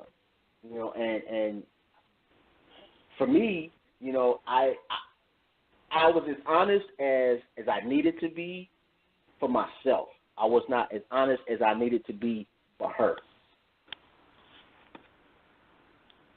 And that was just pure selfishness on my part. You know, I was not thinking about her, especially up front, you know. I was thinking about me. And we get caught up in that, man. And it's most of us kind of grow out of that. And I think that's what a lot of and I've seen women give other women advice saying that. You know, a woman goes to, you know, another woman, and they get to talking about her man cheating or whatever. And depending on the man, I won't say it's a universal thing, but depending on the man, a lot of women will tell you, you know what, it is what it is. That's his only flaw. Right, roll with it. He'll get over it. He'll stop. But it's eating that woman alive. You know, it's tearing away from her self-confidence. And it does. It makes a woman, in my case, it made me insecure that I didn't even like myself because I felt it was, why would you do it? You know, he came up with excuses, but when the bottom line came into it, it wasn't. It was about you. It wasn't about, but it made me feel like I wasn't beautiful, that you got to go run. And how about you go to a class reunion and half the girls in the school you done slept with, you know, over the last 20 years. So, you know, yeah. So that's embarrassing to know that. Everybody know but you. Yeah, and I will say that wasn't, you know, that was never my M.O. Not that that's any better, but I was I was cognizant of that. I didn't, you know, Detroit is a big city, you know, so it's but not like small. I mean, well, it depends. You know, the high school thing is just wrong. Like, that's crossing the line. That's too close to home, you know. And I'm gonna give you an example. Like Henry Ford is on one side of the city, and Kettering is on the complete opposite side of the city. You know, I stayed near Ford, but I would mess around near Persian and Denby and Kettering. You know, I would go out of my way. If I'm gonna do what I'm gonna do, I'm gonna make sure that it's not even close to your circles. Exactly. Or I ask questions. I would ask questions. Well, in a sentence, like, oh, you went to, you know, such and such. You would think that, but no, not you. But in doing that, I fostered you know, I encouraged myself because I felt like I wasn't hurting anybody. You know, it was like I justified my actions because A, this is what a man does. You know, I'm just soiling my oats. You know, B, you know, ain't nobody getting hurt. Excuse me. She don't know about it. But it comes out. It doesn't necessarily, you know, you may not go home and be like, yeah, I'm banging every broad in sight. You're not going to do that, you know, but you're a lot shorter with her. You're a lot less affectionate with her. You know, it takes away from your ability to truly love her. You know, because you got a backup plan. You know, when you got more than one car, you don't drive them cars the same. You know, because you don't. It's like I got 4 cars at home. I'm driving it. I'm putting the pedal to the metal. I'm going all out. You know, when you only got one car, you take care of that damn car.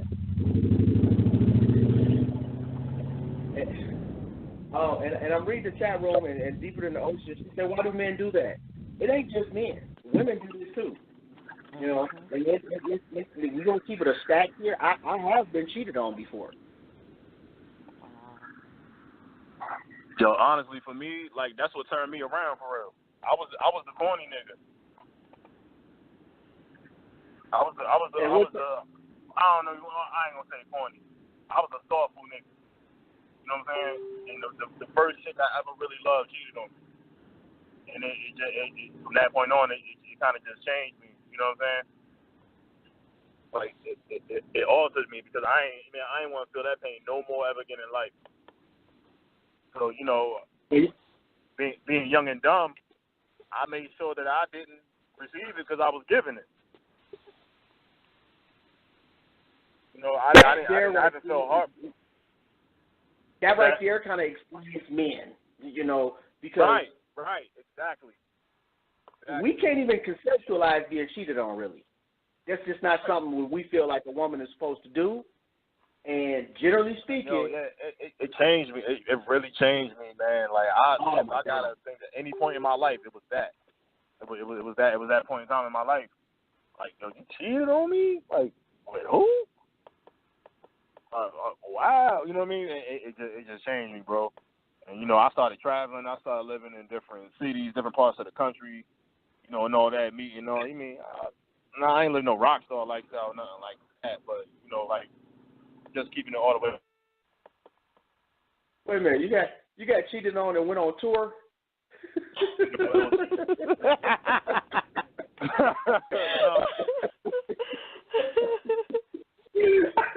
Being real though. That ain't funny. Hey, you broke up a little bit there, pal. I said your phone broke up a little bit there. You had said something. I couldn't catch what you said. Oh, okay. All right. My fault.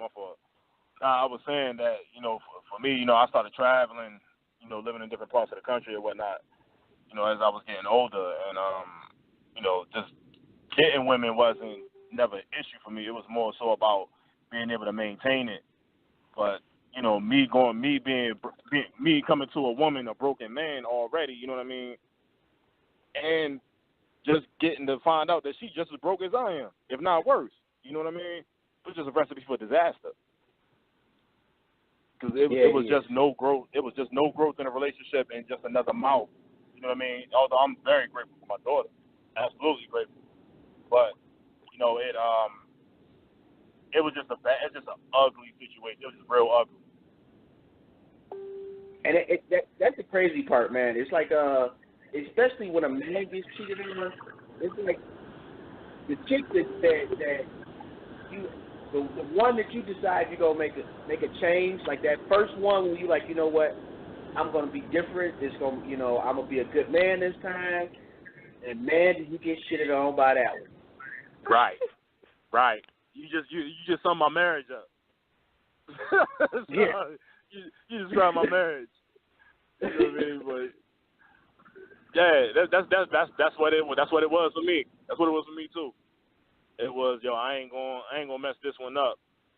And then it was almost like my marriage was a nightmare for me for this reason alone. Like, a nigga could say something to me that I don't know from a can of paint, and I ain't even gonna think twice about it. But for somebody that I'm vulnerable to, like, I lay down with you, I confide in you more than I confide in anybody else in the world. And for that motherfucker to be the one I feel like was throwing darts in my back every day, bro, when you talk about heartache,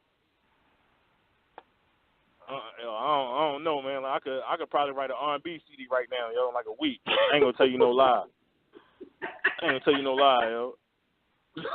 You know, man, I think what ends up, what happens is that, especially when a guy has really been, when you've been that ain't shit guy for a long time, and when you finally get it together, the pendulum sometimes swings too far. You end up allowing things to transpire in the relationship that you shouldn't, because you in unfamiliar territory. Right. You go from being just such the asshole, oh fuck that, we ain't doing that, blase split, to whatever you want to do, baby. And there's got to be a health. You know, you got to have a healthy middle ground. You got to be able to put your foot down sometimes, but you also got to be, you know, affectionate and loving. You know, too much of one is not a good thing. And I think sometimes it takes that one relationship where you kind of get hit on to really tilt the scales, you know, correctly. Yeah, I agree wholeheartedly with that. Yeah, at least from my standpoint, you know, from my experience, you know, because I definitely went from, I went from being ain't shit to getting walked on, like just semi doing donuts in my nose. And that shit, man, that hurt. Absolutely. And that made me look back at the woman that I had hurt. And even though, like I said, you know, I did it for a good reason, at least in my mind, I totally understood her pain at that point. You know, it went from empathy to sympathy in a very short time. And that had a profound effect on me as well in my future interactions with women. You know, I got to the point now, you know, it's one at a time, you know. If I meet a woman, I'll be with that woman until that, you know, it's just not working out no more. I don't need to pick from the litter. I just want the best out the litter. And hopefully I do a better job, and I'd like to say that I have, of treating them like they are the best of the litter. Yeah, I'm trying to work on that myself, bro. I ain't gonna lie to you. It ain't easy. Ain't nothing wrong. It's not easy. It's not easy. It's not. Only because like me myself, like, I'm a extreme creature of habit, and I've really like the relationship I'm in now is probably like the first time I'm really making. I'm just not saying that I'm making a conscious effort, but I just think it's just me getting older. I'm tired, honestly. Like I got tired of dealing with multiple personalities. Honestly, like I used to date women like it was one I was physically connected to, one I was emotionally connected to, one was funny as hell. You know what I mean? And she was just a dope person, and I ain't even necessarily had to sleep with her, but I enjoyed her company. You know what I mean? She was everything that I was getting out of all these multiple women. I should have been looking for. You know what I mean? Necessarily, like, basically in one. Mm-hmm. Yeah, it took me years to figure that out, though. It really took me years to figure that out. And this is, you talking about post-marriage. You know what I mean? Like, post-marriage. Like, I ain't even think about this shit when I was married. What's your relationship now? I'm curious. Oh, my God. Ex-wife. We're going to have to wait till Tuesday, or you're going to have to do a Tuesday show. I mean, now, like honestly, like we was childhood friends. You know what I mean? Like I moved away, came back. You know what I mean? After I had got out of jail or whatever, I moved back home. We bumped into each other like a reunion party or whatever. Ended up getting married or whatever later on. Now the relationship is like this. We got joint custody of our daughter. Put on. Now I've been what a father's supposed to be to all of my children. There ain't been a day where my kids could say I ain't been there ever. And nobody could ever say anything about that. You know, I get treated. So let me give you background. She has a child older than the child we have together. So I had a stepson. That I raised since he was 6, and he's 11 now. That relationship screwed. Like I don't really get to see him or talk to him because she don't want him talking to me. You know what I mean? That's another story.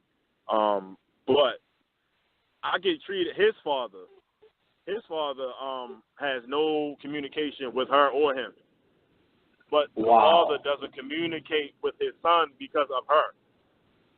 Wow. So he'd much rather, because the dude's got like 4 kids. He sees his other 3 sons. He has a relationship with all of his other sons except him. She's difficult of a person to deal with. I ain't gonna throw her under the bus. You know what I mean? But she's just difficult to deal with. Put it that way. If you want to say the bitter, pick a Tyler Perry movie, the angry black chick. That's her.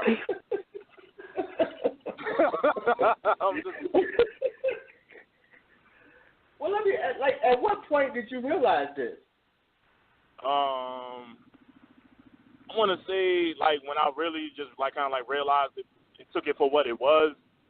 Because, honestly, I loved her more than I ever loved anybody. So I was trying to practice patience. You know what I'm saying? So I was like, well, maybe it's postpartum. You know what I mean? Maybe it's a postpartum, and I tried to stick around and go through that and try to make the situation better. It was about a year. We separated like 3 times within like 4 years. Wow. And like just enough was enough, man. Like for me, because at this point, I found myself. You know what I mean? Who I was and what I was going to do with my life was already defined, and we just wasn't on the same page, and there was no point in even trying to entertain it anymore. You know what I mean? Like it was just the inevitable. It was done. But I don't know. Our relationship is crazy. She didn't have any signs of that before you said I do? Not like it was really good. It was really good before we got had married. an angry woman syndrome. She was. Now I will keep it real. I'm gonna keep it real. Like I had fucked it up. You know what I mean? There you go. Yeah, I had fucked it up. I had fucked it up. She don't get angry by herself. See, No. Angry women don't get angry. It got to be a just cause for them to act the way they act. They not. Some are crazy, but not all. Yeah, the anger was there. I just kind of gave it a jump start. You probably boosted over. I gave it a hot shot.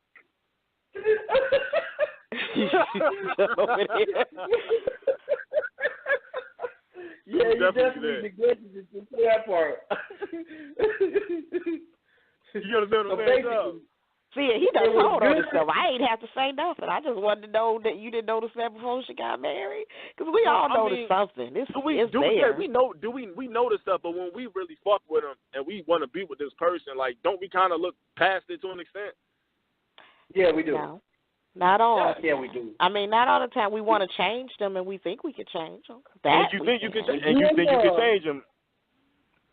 When you're in love and he is knocking it out the park and things is going great, you don't care about his dirty ass socks on the floor. He wasn't in love because he messed up. That's what I'm saying. He added fuel to the fire. When it became bad is when he messed up. When it's good, it's good, but when you become bad, when you messed up, she just couldn't get past that. Well, see, that's the other side of the story, because it was other things occurring on her end that were way more extreme than what took place on my end. Did you tell her? And what's that? Did you tell her that she was having issues before you went the other route? All right, it was to this point, like, we went to counseling, right? We went to counseling. And, before or after? Both.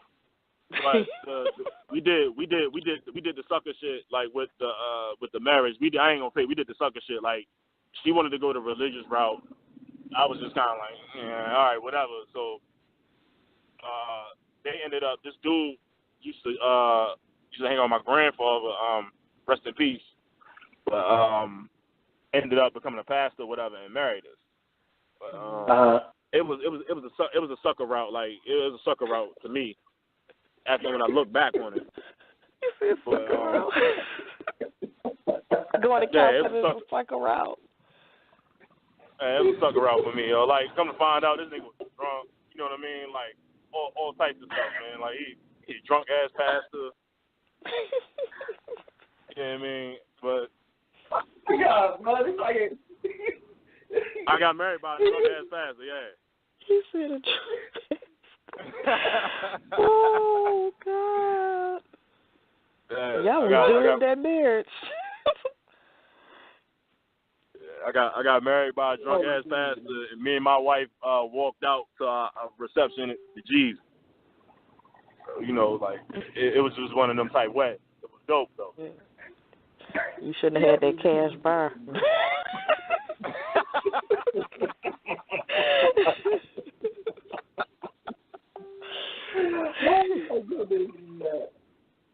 He's like, y'all married. Over that though. But the counselor we went to afterwards see that dude much because he was down. He was a brother for real. You know what I'm saying? He knew what was up, and basically called it for what it was, and she ain't like it. Got up, and that was the end of my marriage right then and there. 'Cause at that point, I was like, yo, I really ain't got to stick around for it. You know what I mean? Because at this point, I got my own crib. Of course, she went to the white man to make me mad to put me on child support. ain't no big deal. You know what I mean? I've always had a relationship with my daughter. I'm a very involved father. Mm-hmm. So at that point, like, she couldn't hurt me anymore. I moved on. I called it quits. That was it. She still got the little typical ratchet bullshit I got to deal with. You know what I mean? A little petty shit or whatever. But honestly, I'm numb to that shit too. It don't even matter. It's just a part of what it is.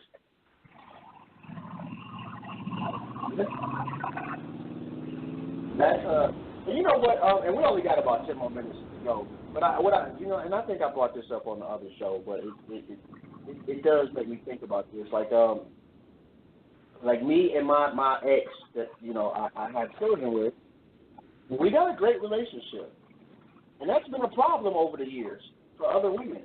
I never understood that. I would applaud that. Or they probably think you're still messing with her.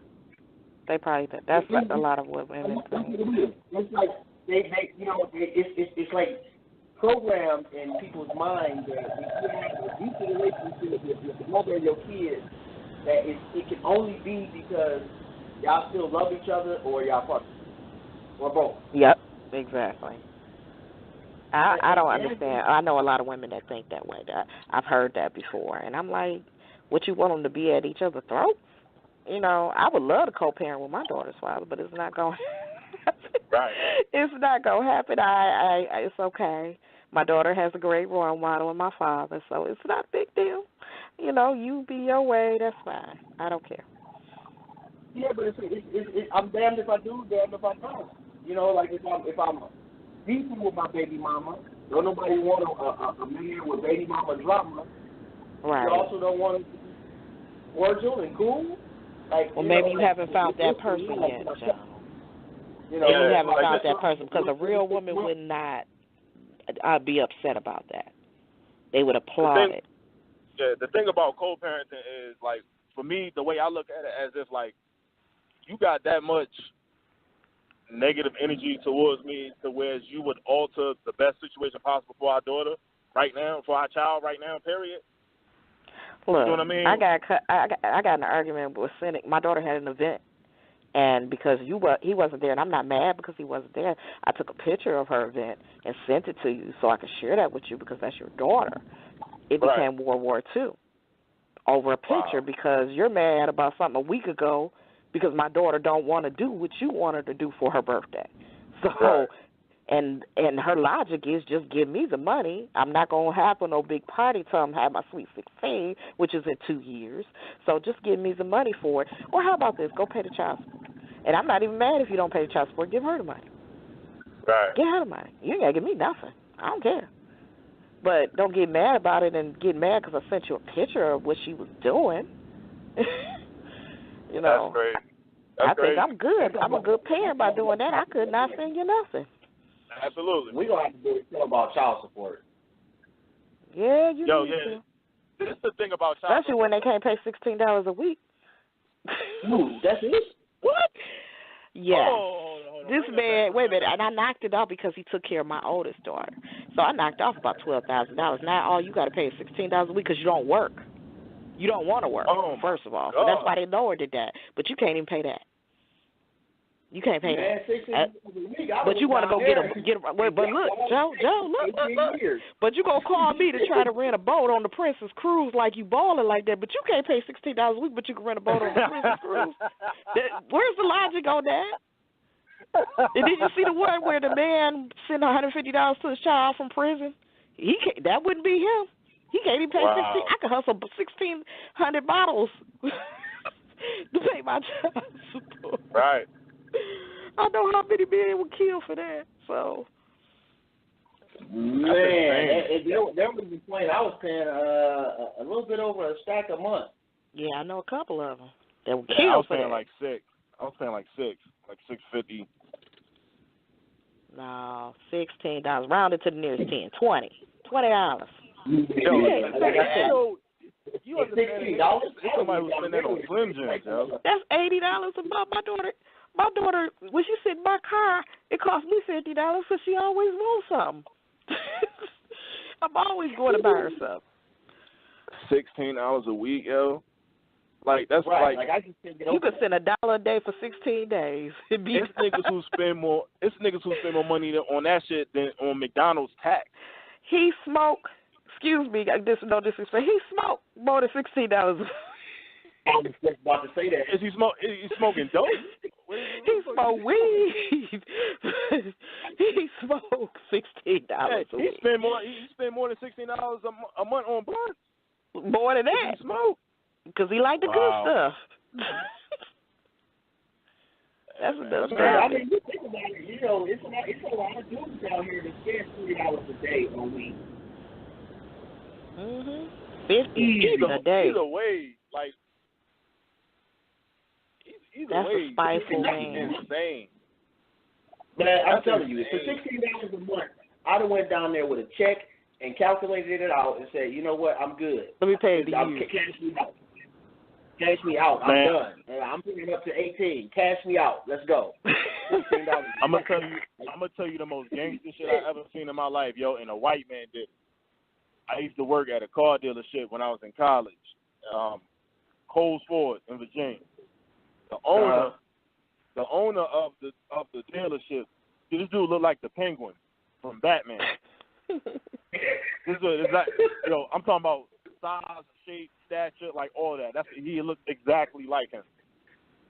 This dude got some chick. He took some chick out on his boat, knocked her up. She got pregnant or whatever. Had the baby. He wanted nothing to do with the broad or the kid. Thing is, and gave it to the judge and walked out. Wow. What the child support was going to be for 18 years and walked out. Oh, my God. I had to drive him to the courthouse. That's how I got to see it. They usually don't let you in to see nothing like that. Right. That's the most gangster shit I ever seen in my life, yo. I mean, but that's, you know what, karma, I mean, if you're not going to have anything to do with the child, man, karma is really, you know, he going to regret that. Crazy. Well, he did support him. Right. Yeah, he supported him. Oh, man, I hate to hear that, man. And I'm going to tell you why. Like, I was married, and she had a daughter, and her father paid child support. And he was one of those cats that was extremely ignorant about paying the child support. You know, like if she would call and ask him for something, I already paid for that. You know, like on her birthday, I'm not buying you shit. I gave you a check. He literally would say that. Wow. And to say that to your child it's just crushing. I mean, man only want to be the holiday nigga. He want to buy something on Christmas and the birthday. She just don't eat in between that. Right. She'll need clothes and drawers and nothing. Yeah. That's just as wrong too. You know, but to tell your child that basically I view you as an expense as opposed to as my child. I mean, that just has a ripple effect that can last generations because you are giving them such a warped sense of self-worth. You know, you are literally teaching your child that they are a write-off, basically. You know, you're not worthy of, and it's, I understand if you truly, you know, and there's a lot of instances where child support is great, they can barely maintain an existence. In those instances, I understand. I wouldn't tell my child that, but you just can't afford it. But in this particular case, the dude had to pay it. He just was an asshole about it. And was very openly That's another thing with this generation, too, is the mismanagement of child support.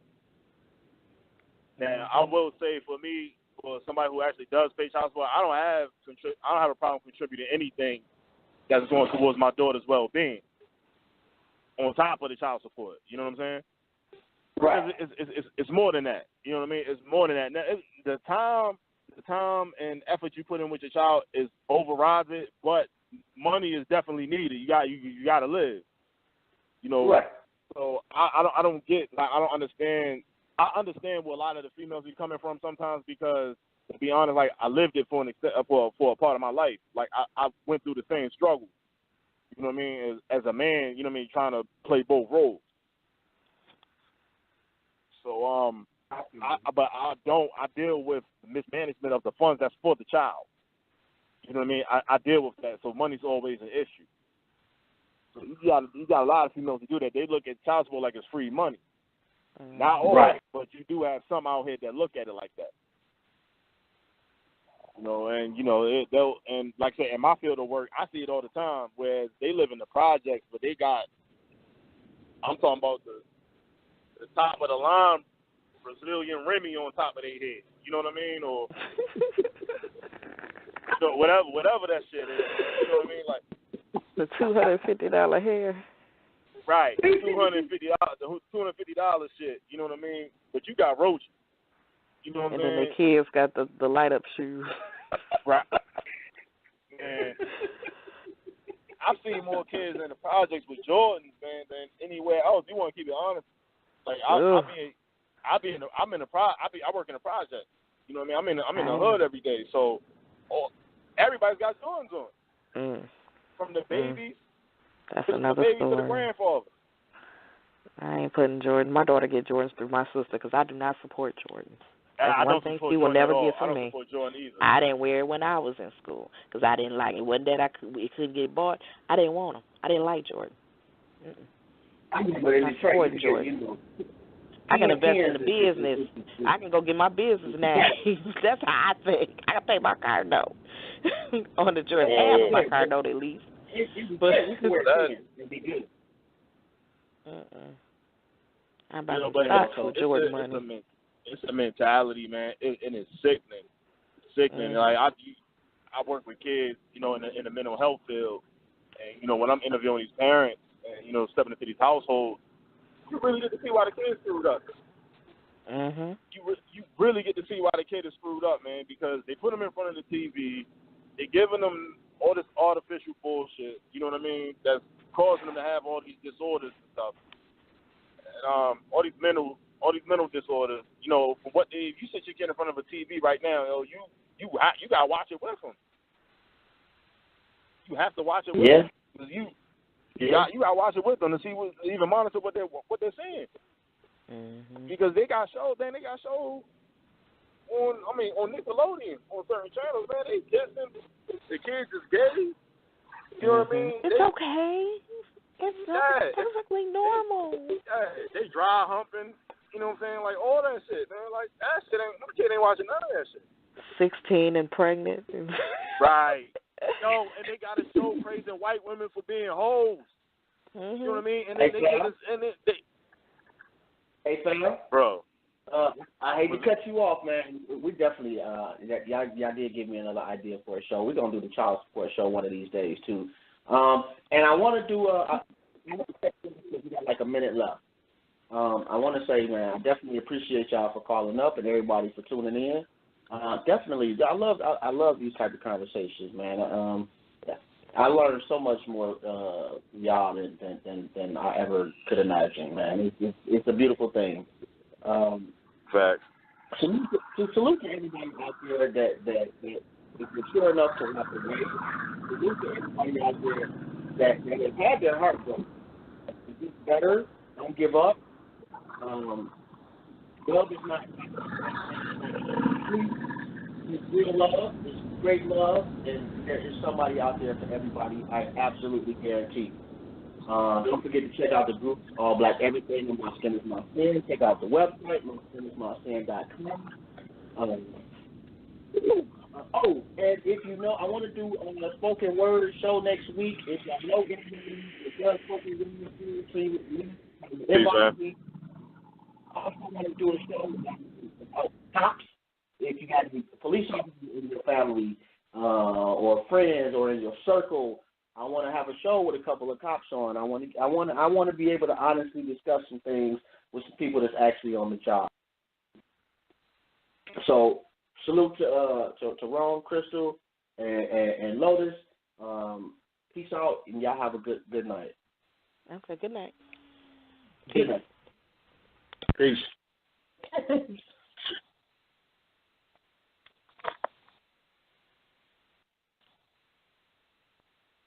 Hey, it's Flo, and this is my impression of a drill instructor directing a musical. Town hut! Get those tap heels in line and let me see those jazz hands! Are you bundling your home and auto insurance through Progressive? Can you hear me through those sequins?